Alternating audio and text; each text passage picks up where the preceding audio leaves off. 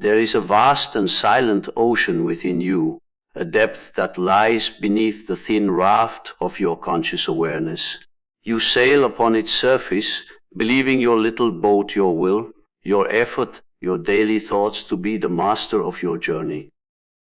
But what if I were to tell you that the true currents which carry you, the hidden forces that dictate your destination, your storms and your calms, lay deep in the unconscious waters below? For decades you have been trying to steer the boat, while all the while a forgotten primordial captain has been holding the wheel. We call this captain many things: habit, instinct, conditioning. But I call it the old architect of the soul, the silent scribe that has written, without your conscious consent, the very blueprint of your life.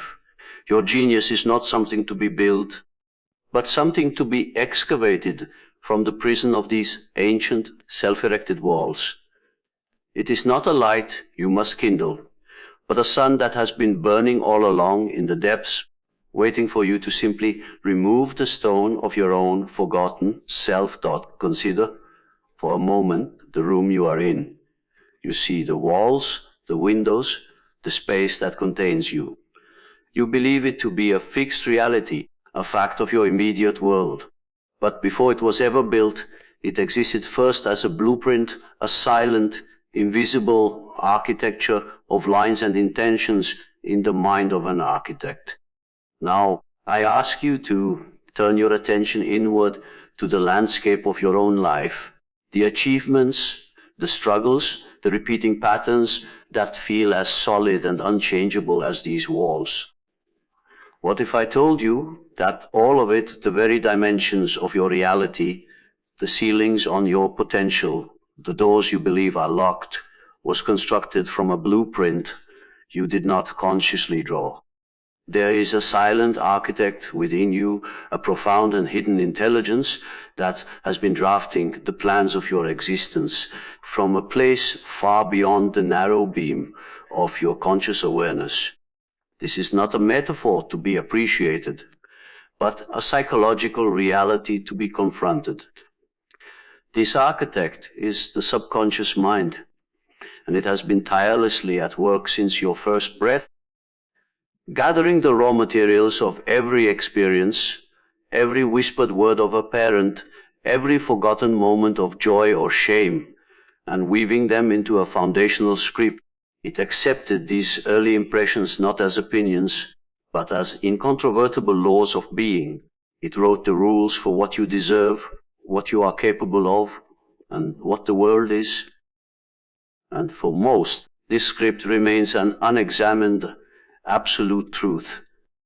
You live within the constructed reality of a building whose plans you have never seen, wondering why you feel trapped in certain rooms, why you keep encountering the same closed doors, never realizing you are both the prisoner and the unwitting builder of the entire structure. The feeling of being stuck, the recurring anxiety that seems to have no source, the self-sabotage that emerges just as success is within reach. These are not failings of your character. They are the inevitable result of a structure built upon a flawed or limiting foundation. You have been trying to rearrange the furniture in the prison, to paint the walls a new color, when the true work is to retrieve the original blueprint and change the design itself. This is the essence of subconscious reprogramming. It is not merely positive thinking. It is the painstaking, sacred work of becoming conscious of the architect. It is a journey into the silent chambers where the old plans are kept, to illuminate them with the light of your adult awareness and to draft new ones. You must enter into a dialogue with this hidden builder. This begins with a profound and courageous act of self-observation. To watch without judgment the thoughts that arise, the emotional reactions that feel automatic, and to recognize them not as truth, but as echoes of an old design.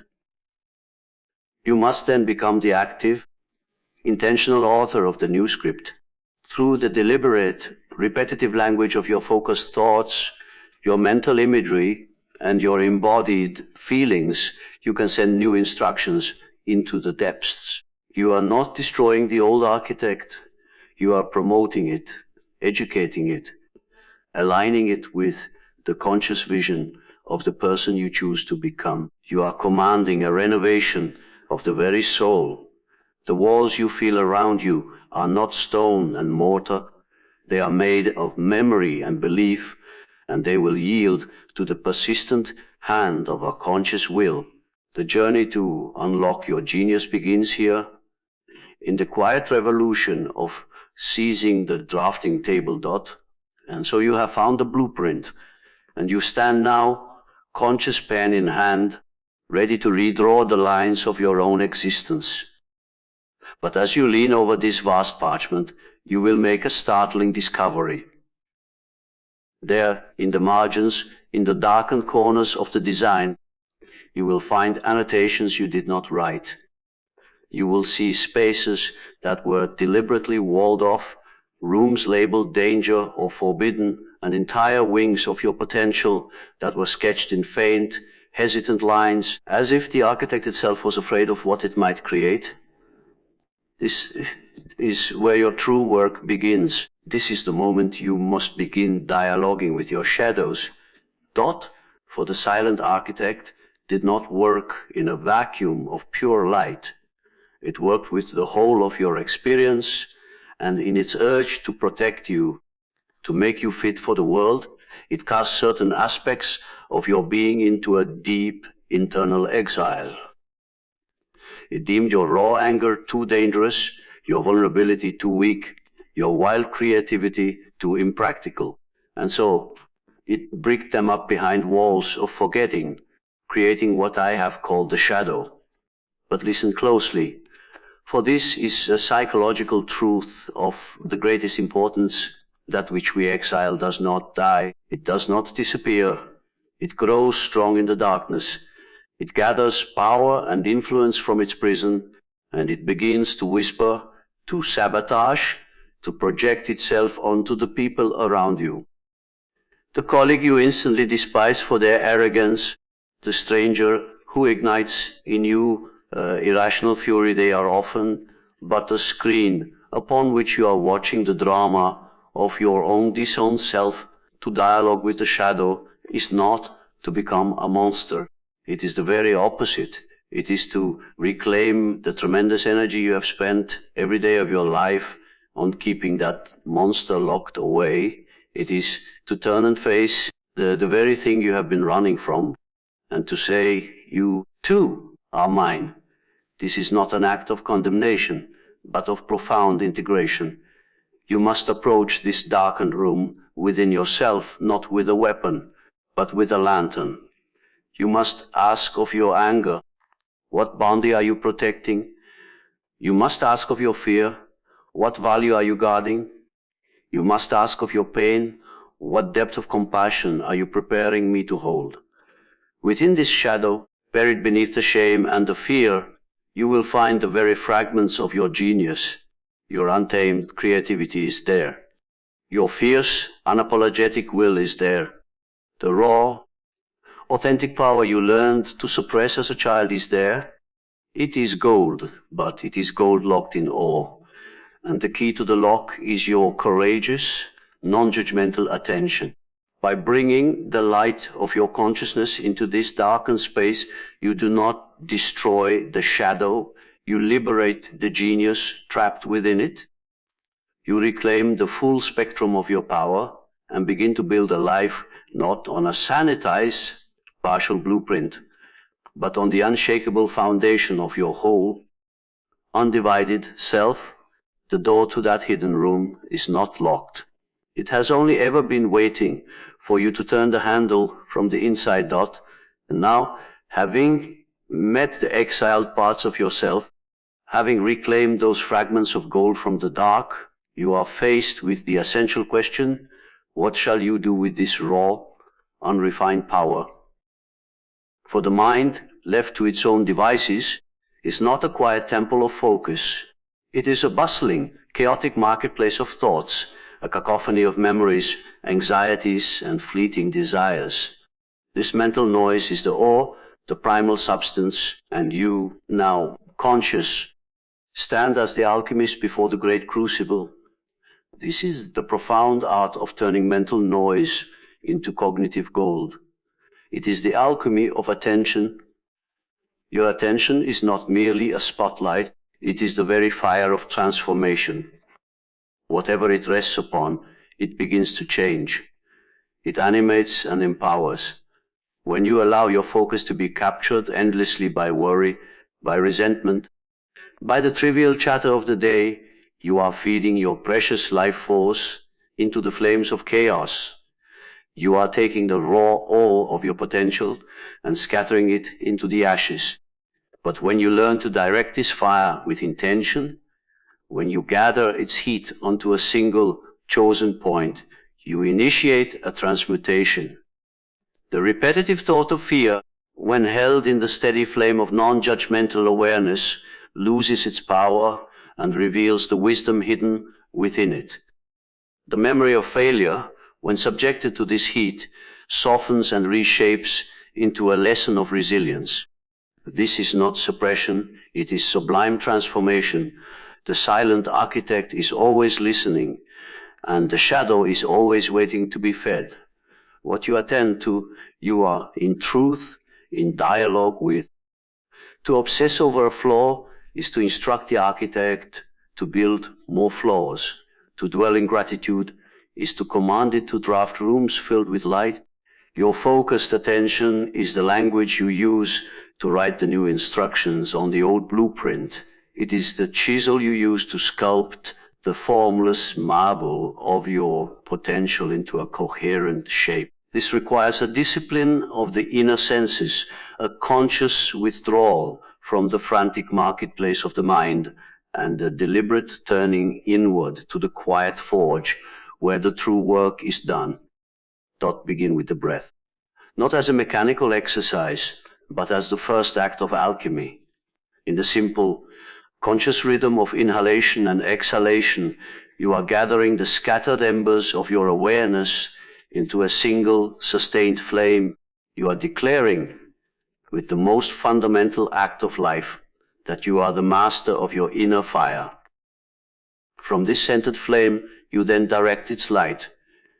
You hold a vision of your completed self, not as a distant wish, but as a reality already present in the unconscious, waiting to be warmed into being. You feel the emotion of that wholeness as if it were already true. This feeling is the final, crucial ingredient, the catalyst that turns thought into substance, that turns the leaden weight of old patterns into the gold of a new reality. The chaos was never your enemy. It was only unrefined potential waiting for the alchemist to arrive. And so you have learned the alchemist's art. You can still the noise and draw gold from the leaden thoughts of the old life. But now a far greater task appears. For what will you create with this newfound substance? Who will you become? Until this moment, much of your life has been spent wearing a mask, a persona crafted for the world, a face assembled from the expectations of others, from the demands of society, from the desperate need to belong. You have mistaken this mask for your own skin, but the gold of your authentic self is not meant to be hammered into another's likeness. The time has come to move beyond the mask. The time has come to become the architect of your own soul. This is the moment of your greatest responsibility and your greatest power.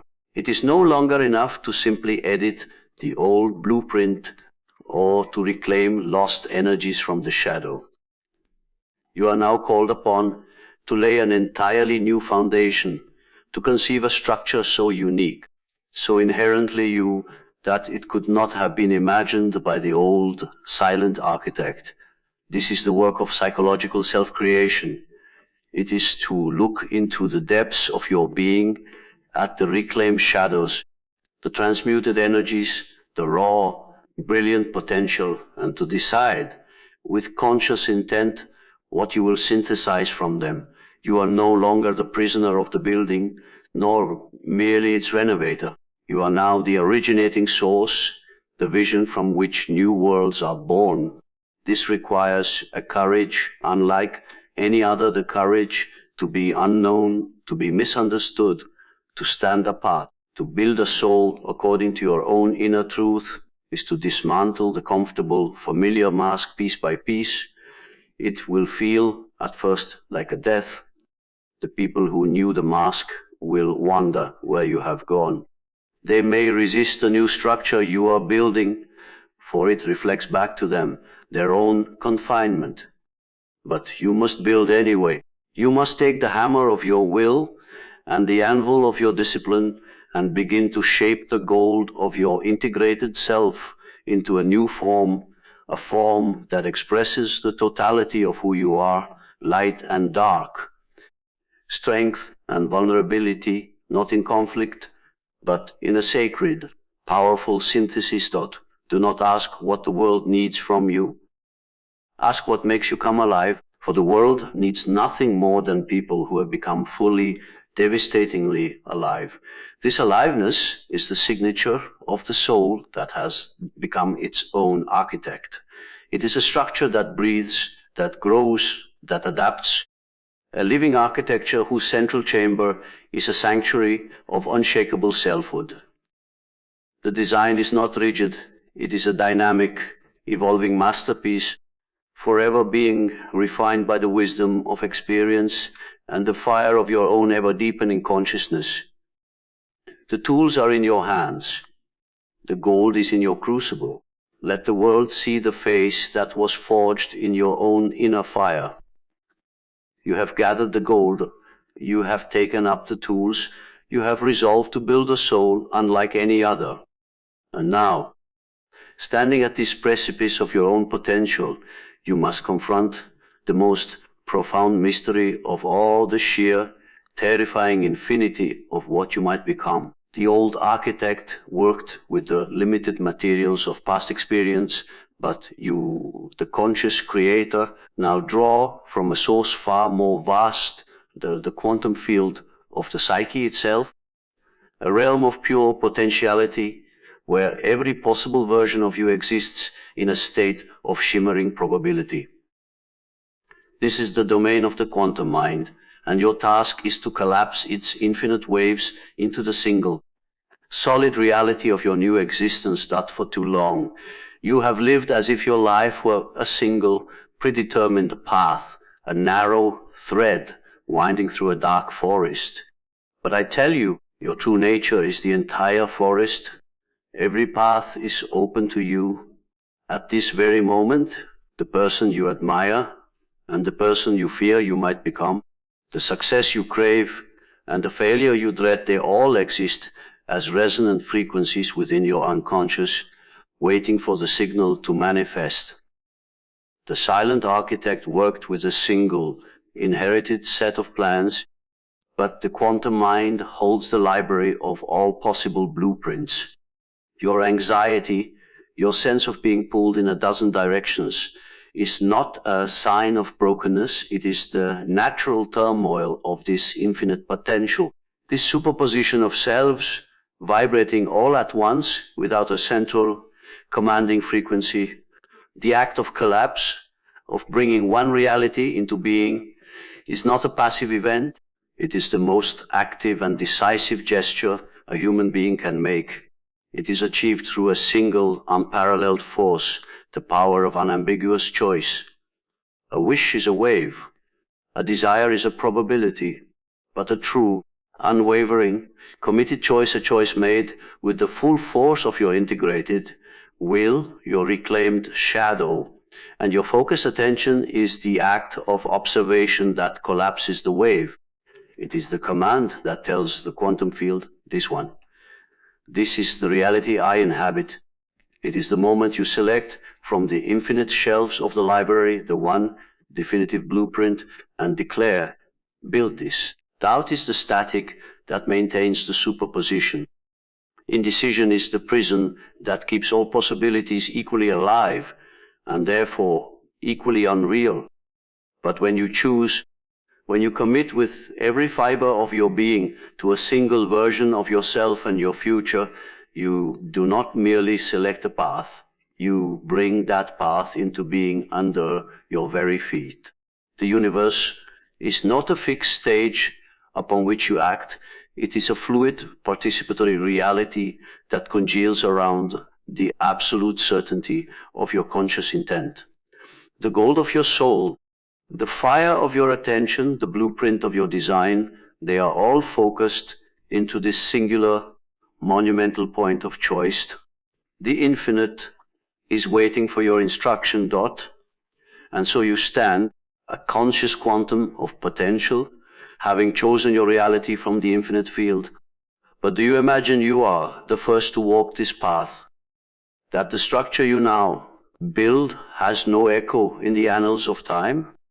I tell you, the journey you are on from the shadowed prison to the architect's table, from the chaos of noise to the clarity of gold, is not yours alone. It is the oldest story ever told. It is the heroic journey etched into the very substrate of the human soul. You are not learning something new, you are remembering something ancient. You are awakening the mythic code. Beneath the personal blueprint of your subconscious, beneath even the shared currents of the collective mind, lies a deeper, more fundamental layer, the archetypal pattern of the hero. It is the innate psychic program for transformation, the call to adventure, the descent into the underworld of the shadow, the confrontation with the dragon of your old self, the retrieval of the elixir, your reclaimed genius, and the return to the world, transformed. This is not a metaphor borrowed from storybooks. It is the storybook borrowed from the fundamental structure of your own psyche. You are not living a myth. The myth is living through you. The silent architect was a humble scribe, but the mythic code is the original celestial programming. It is the intrinsic, heroic intelligence that guides the seed to become the tree, the caterpillar to dissolve into the butterfly. It is the force that has always compelled you to seek meaning in your suffering, to find strength in your broken places, to rise from the ashes of your disappointments, not merely to survive, but to evolve. You have felt this code stirring within you in moments of profound courage, in the quiet voice that urged you to take the road less traveled, in the inexplicable resilience that emerged when you had nothing left. That was not chance. That was the activation of the hero. Your task now is not to invent this narrative, but to consciously align with it, to recognize that your struggles are not meaningless interruptions, but the necessary trials of the path, that the fears you face are the guardians of the threshold, that the treasure you seek is, and has always been, your own whole and liberated self. When you understand this, your entire life shifts from a series of random events to a sacred pilgrimage. Every challenge becomes an initiatory ordeal, designed not to break you, but to remake you. You are not a victim of your story, you are the hero of your myth. To walk this path consciously is to partner with an intelligence far greater than your conscious mind. It is to allow the eternal hero to live through your unique individual life. Let this ancient code be the compass that guides your hand as you draft your new world dot. The dragon awaits only your courage to become the hero dot, and so we arrive at the great synthesis. You have walked the heroic path, you have awakened the ancient code, and you hold the power to collapse realities from the quantum field. But how, you might ask, does one live this truth? How does the architect, the alchemist, the hero, move through the ordinary world? The answer lies not in a final battle, but in a continuous, harmonious creation. You are now prepared to conduct the inner symphony dot, for the psyche is not a solitary instrument, but a vast orchestra. The deep cello-like hum of the instincts, the bright flutes of intuition, the rhythmic drums of the heart, the soaring violins of intellect, and yes, even the dissonant, challenging brass of the shadow. For too long, this orchestra has played without a conductor, sections rising and falling in chaotic conflict, creating the noise that once plagued you. The silent architect drafted the stage, the mythic code wrote the timeless score, but you, the integrated self, must now take up the baton to conduct. This symphony is the ultimate art of wholeness. It is to listen with deep, non-judgmental awareness to each section in turn. It is to allow the passion of the strings their full expression without letting them drown out the wisdom of the woodwinds.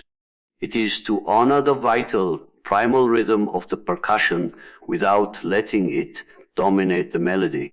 This is what it means to be a conscious human, not to silence any part of yourself, but to integrate each voice into a coherent, beautiful, and powerful whole. The sadness you feel adds depth to the joy that follows it. The shadow's strength provides the contrast that makes the light brilliant. The old noise, once mastered, becomes the complex rhythm upon which your new theme is built. Your life, in every moment, is this symphony in performance. A thought is a note, a feeling is a chord, a choice is a change in key. Your focused attention is the baton that guides them. When you are centered, when you are the conscious conductor, you do not get lost in the single note of a passing anger or the minor key of a temporary sorrow.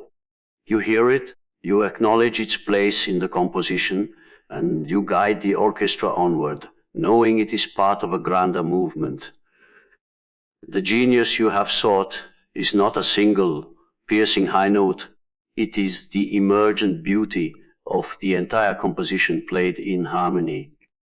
It is the masterpiece that can only be created when every part of you is invited to play its true, authentic part. Take your place at the podium, raise your baton, and let the world hear the music that has been waiting since the beginning of you to be played. And so the great work lies before you, no longer as a silent architect bound by old blueprints, but as a conscious creator, no longer haunted by shadows, but empowered by their integrated strength, no longer drowning in noise, but conducting the sublime symphony of your own soul. You have walked the heroic path. You have felt the quantum possibilities tremble at your command, and you have heard the ancient mythic code whisper your name. You are not merely a person trying to succeed. You are a universe learning to consciously create itself. The world will tell you its limits. It will show you its walls. But you now know a sacred secret. You carry the blueprint. You hold the gold. You are the conductor. The only prison that can ever truly hold you is the one you fail to imagine your way out of. So go now. Not with my blessing, but with your own. Go and build. Go and compose. Go and collapse the reality of your wildest, most authentic becoming into existence. Do not ask for permission from a world that is still asleep. Show it what it means to be awake, to be whole, to be unstoppable. The stage is set. The instruments are tuned. The power is yours. Go forth and let your life be your masterpiece. Thank you. And good luck on your magnificent journey.